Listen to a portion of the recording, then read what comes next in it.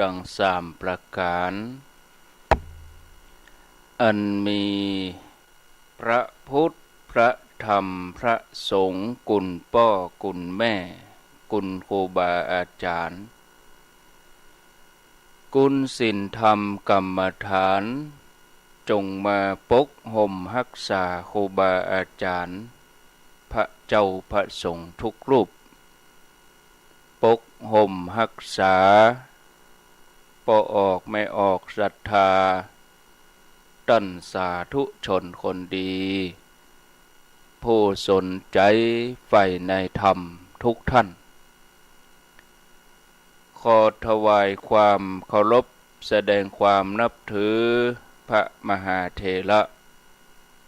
พระเถรานุเถระเจ้าคณะพระสังฆาธิการครูบาอาจารย์เจ้าที่เปิดวิทยุฟังอยู่ที่วัดที่ว่าเวลานี้ขอความสุขความเจริญจงได้บังเกิดแก่ญาติโยมท่านสาธุชนคนดีป่ออุ้ยแม่อุ้ยนักศีลนักบุญเท่าแก่น้อยใจหญิงต่างหลายทุกท่านธรรมะสวัสดีสวัสดียามเจ้าญาติโยมท่านผู้ฟังทั้งหลายยินดีต้อนรับเข้าสู่รุ่งอรุณวันใหม่ประกันเจ้านี้เป็นเจ้าของวันจันทร์ที่13เดือนมีนาคมพุทธศักราช2566วันนี้เป็นวันเดือน6เหนือแฮม7ค่ำเดือน6เหนือแฮม7ค่ำพร่ำว่าเป็นวันจันทร์ไผที่ยังบ่ลุกเตื้อกะเกียมตัวลุกมาได้แล้วเน้อลุกมาได้แล้วตื่นมาได้แล้วหลับลุกเจ้ากินผักดังไปหลับลุกควายกินผักดังเก้าลุกเจ้าได้หลายลุกควายได้น้อยหลับลุกเจ้าเป็นเจ้าดังหลายหลับลุกควายปาเฮือลูกหลานเป็นหนี้เป็นข้าเน้อตื่นมาเหียเน้อลุกมาเหียเน้อลูกเจ้าตื่นตัวเจ้าบัวกับหันเยื่องนานาพังพร้อมลูกควายบ่ตันหนต่างกีดก้อมก้าตัวบ่ต้อมปุ่นอายจุงเก่งเข้าไว้อย่าไปเฮือขวายต่อหน้าสบายจำไว้เน้อเจ้าจำไว้เน้อเจ้าอรุณสวัสดิ์ธรรมะสวัสดีสวัสดียามเจ้าญาติโยมท่านผู้ฟังทั้งหลายปะกันยามเจ้าของวันที่อากาศสดชื่นอุณหภูมิวันนี้ก็ลดลงมาที่ปักตังเจริญนี่22 องศาก็ถือว่าเย็นสบายญาติโยมทั้งหลายหลังจากที่ฝนตกลงมาเวลาประมาณตี 1 ตี 2ที่ปักตังเจริญนี่ตกบ่นักเท่าใดน้อยเดียวฝนมาน้อยลมบ่มีฟ้าห้องหมอกปะปายมาให้บ่ดีแต่บางพื้นที่นี่ก็รุนแรงพอสมควรก็ขวายมาน้อยเปิ้นก็ทางข่าวต่างๆเปิ้นก็คงจะออกละบางพื้นที่ก็มีบะเห็บตกอมก้อยดอยเต่าเมืองน่าน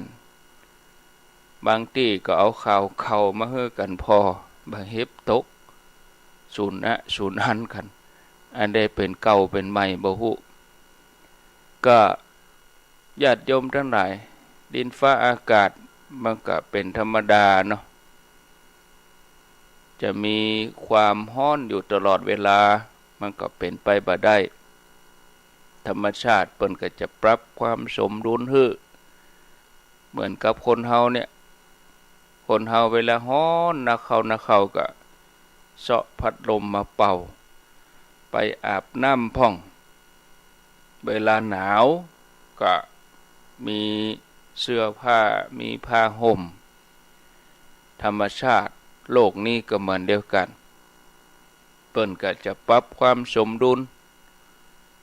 ช่วงวัน2 วันก่อนนี่โอ้เป็นฝุ่นเป็นควันเนาะหายใจบ่สะดวกถึงที่สุดมาแล้วก็มีฝนลงมามีฟ้ามีฝนลงมาปรับความสมดุลญาติโยมทั้งหลาย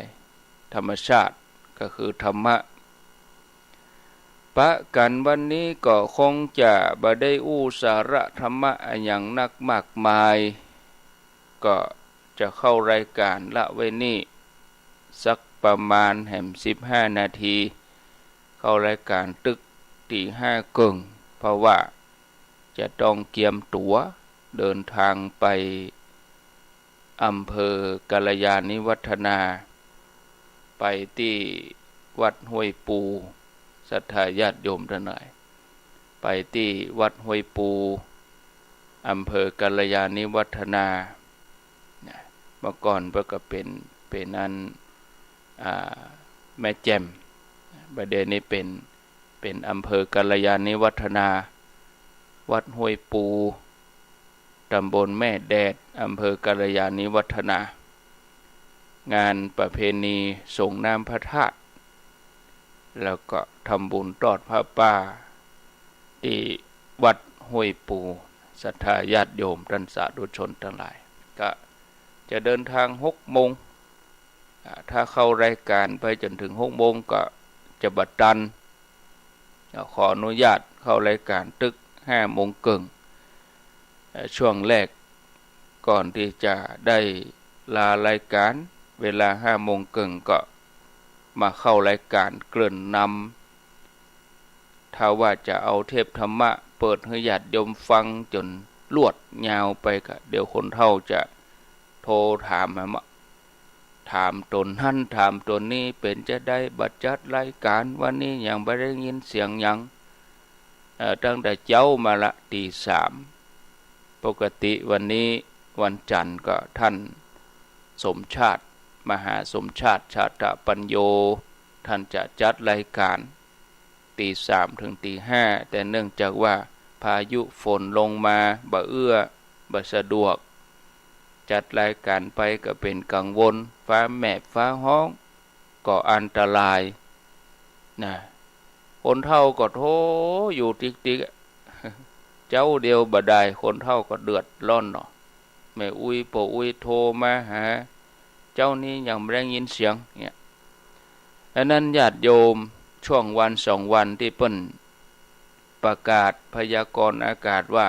จะมีพายุฝนเนี่ยญาติโยมจะต้องทำใจว่าอาจจะไม่ได้ยินเสียงเพราะบางทีสถานีเปิ้นต้องปิดก็มาอันมันเสียงถ้าบ่ปิดถ้าว่าฟ้าแมบฟ้าห้องฟ้าผ่ามาแล้วนี่โอ้มันเสียงบ่ใจน้อยๆมันบ่คุ้มค่ากันเฮาอดฟังเหี่ยววันเดียวดีกว่าไปอดฟังบ่ได้ฟังจนเป็น 3-4 เดือนปุ่นอีกเนาะอันนั้นต้องเข้าใจบางทีก็บอกเตื้อเดียวนะบอกเตื้อเดียวนี่เหมือนจะเข้าใจแหมเตื้อนึงเอาละกระวนกระวายธรรมะคนเฒ่ามาเจ้านี่หลายคนนะโทรไปหาตุรุงยองพวกโทรไปหาครูบาอาจารย์หลายๆตนนะไม่ได้ยินเสียงก็เขาต้องเข้าใจเนอะปู่อุ้ยแม่อุ้ยตั้งหลายสถานีนี่มันเป็นไฟฟ้าเป็นระบบไฟฟ้ามันบ่ถูกกับฝนบ่ถูกกับฟ้าแมบฟ้าห้องถ้าฟ้าแมบฟ้าห้องนี่โอ้เขาลึงตึ้งตั้งมาแล้วนี่โอ้เสียงเป็นแสนนะอันนั้นก็จะต้องระมัดระวังให้เข้าใจกันเนาะอาตมาก็ว่าเจ้านี้ก็ว่าจะเอา รายชื่อเอาอย่างมาอู้มาอ่านก็เวลาบัดตันเนาะเวลาบ่พอก็ขออภัยยกไปวันพุธก็แล้วกันวันพุธที่15นะยกไปวันพุธที่15ก้อยเอามาอู้มาจ้านะวันพุธก็ไม่ได้เข้ารายการทำวันพุธเป็นวันศีลเป็นวันพระนะแล้วก็รายการอาตมาบ่มีรายการมาเจ้านะวันการนี้บ่มีจะมีก็วันจันทร์วันพุธวันพฤหัสเนาะ3วันนี้วันศุกร์ก็เป็นท่านพระครูชลทานพิทักษ์วัดแม่ห้องไคแล้วก็ท่านพระอาจารย์ไมตรีขเวสโกวัดพระพุทธบาทตากผ้าวันการวันพุธก็ท่านวิทยวัฒน์วัดพันแหวนเมืองเชียงใหม่แล้วก็ท่านสาธิตธีระปัญโยสถาบันธรรมาภิวัตรอำเภอแม่เมาะจังหวัดลำปางสลับสับเปลี่ยนกันไปอย่างนี้ครูบาอาจารย์ก็เสียสละเวลามาอูมาจ้ามาปบปะศรัทธาญาติโยมมอบธรรมะไปสู่พ่ออุ้ยแม่อุ้ยบางท่านก็ยังบ่ลุกเรือนอนฟังนอนฟังก็ได้เอาสะดวกควายมาแหมหน่อยนะก็ก้อยลุกมาบางท่านบางคนก็ลุกมาแล้วนึ่งเข้าไปตัวยฟังรายการไปตัวยทำธุระส่วนตัวเข้าครัวเข้าห้องน้ำบางคนก็กวาดบ้านเตรียมตัวเวลาเมื่อเจ้าเนี่ยมันดีอาตมาว่านะมันโล่งดีตื่นเจ้ามานี่โอ้สดชื่นอากาศดีจิตใจแจ่มใสถ้าเราเริ่มต้นจิตใจเบิกบานตั้งแต่เริ่มต้นวันนั้นตลอดทั้งวันเนี่ยโอ้มันมีความสุขวันนั้นตลอดทั้งวันมันก็จะราบรื่นเบิกบานแต่ถ้าเริ่มต้นแล้วใจเฮาขุ่นมัวจิตใจเฮาเป็นทุกข์จิตใจเฮาบ่เบิกบานตลอดทั้งวันมันก็จะมีแค่ความขุ่นมัวนะบ่เบิกบานฉะนั้นญาติโยมเริ่มต้นก็แปลงจิตใจของเฮานะฮือเบิกบานถ้าว่าบ่ได้ฝึกฝนมันก็จะกระซับกระส่ายมันบ่นิ่งมันก็จะดิ้นรนไปมาเหมือนป่าที่เปิ้นเอามายองไว้บนบกน่ะมันก็ต้องเสาะหาแหล่งน้ำนะสภาพจิตใจร่างกายของคนเฮานั่นแม้จะมีการเปลี่ยนแปลงเจริญขึ้นตามวัยนะที่เป็นรูปธรรมเนี่ยแต่กับบ่มีภัยสามารถบังคับให้อยู่ในอำนาจความต้องการได้ผิดกับใจที่ดูเหมือนว่าพอบ่หันด้วยตาเปล่าแต่พร้อมที่จะยอมรับการฝึกฝนให้เป็นไปตามที่ต้องการเมื่อฝึกฝนจนละเอียดจนดีเหมาะควรแก่การงานจิตใจเฮานั้นก็สามารถที่จะนำพาไปสู่เส้นทางที่สงบสว่างสมดังที่เฮาปรารถนาได้ญาติโยมทั้งหลายเจ้านี้ทุกท่านก็มาฝึกฝนจิตใจตื่นเจ้าขึ้นมาก็เปิดวิทยุฟังรายการฟังกันอยู่ทุกวันก็เป็นที่น่าอนุโมทนาแต่ว่านี่ก็งานก็สำเร็จไปเรียบร้อยลุล่วงไปด้วยดีงานทำบุญทานดาวประดับหน้าแนบบางท่านบางคนก็บ่เข้าใจว่าอันยังเป็นหน้าแนบหน้าแนบนี่เป็นกำเมืองคือหน้าจั่วหน้ามุกจำนวน3ด้านที่อารามที่ปักสงฆ์เหล่ามนทาทิพย์ตะวาก็เรียบร้อยราบรื่นลุล่วงไปด้วยดีญาติโยมก็มานักมาหลายพอสมควรประเมินด้วยสายตาก็ประมาณสัก300 คนเนาะก็พี่น้องญาติโยมอาจจะไม่ได้ตักได้อู้ก็ขออภัยเอาเสียงนี้เอารายการนี้ตักอู้ขอบคุณไป ถือว่าอู้จ๋าขอบคุณไปถึงมดถึงหมู่นี่ก็แล้วกันแต่ว่านี่มันเมาการเมางานอาจจะบ่ได้ตักได้อู้ทั่วท่วนนะ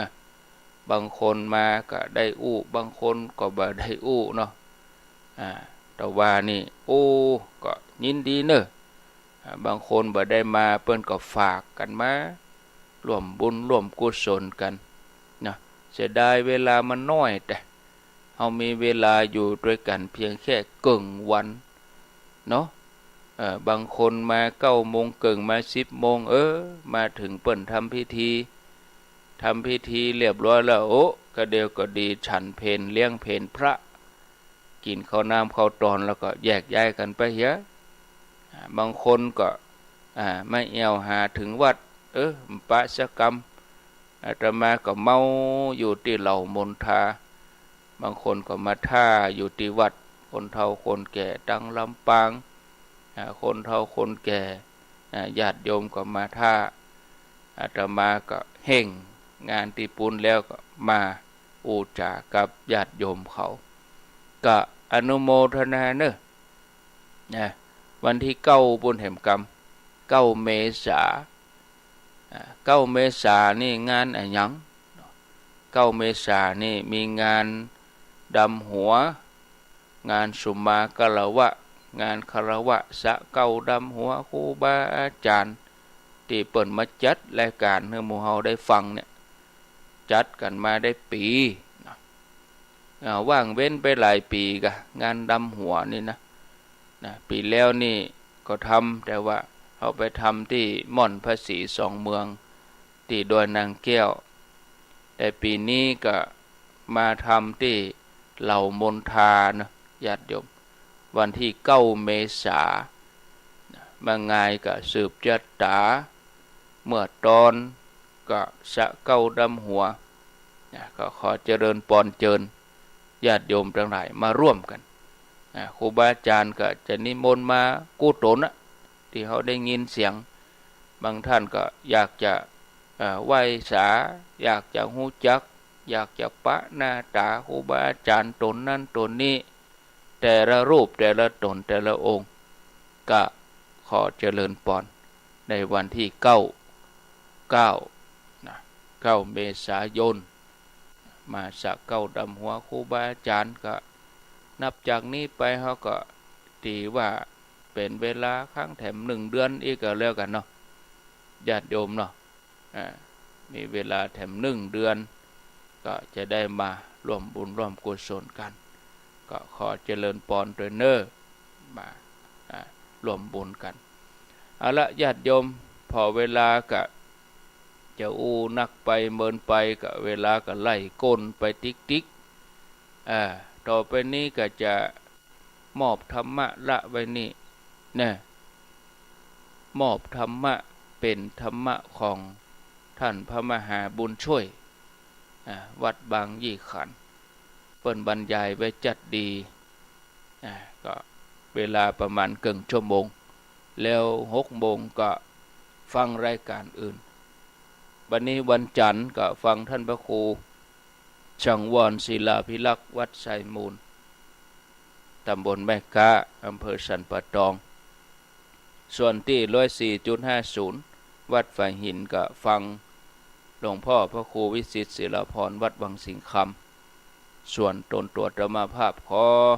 นำรายการนี้จากลาพ่ออุ้ยแม่อุ้ยนักศิลป์นักบุญศรัทธาญาติโยมท่านสาธุชนทุกคนทุกท่านไปก่อนญาติโยมทั้งหลายจะเดินทางไปที่ไหนทำมาค้าขายทำกิจกรรมอันใด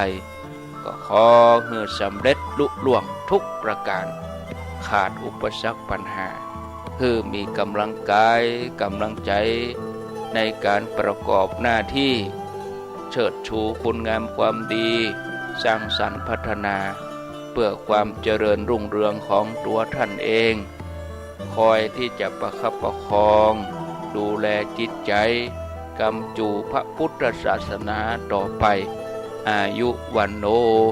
สุขังปะลัง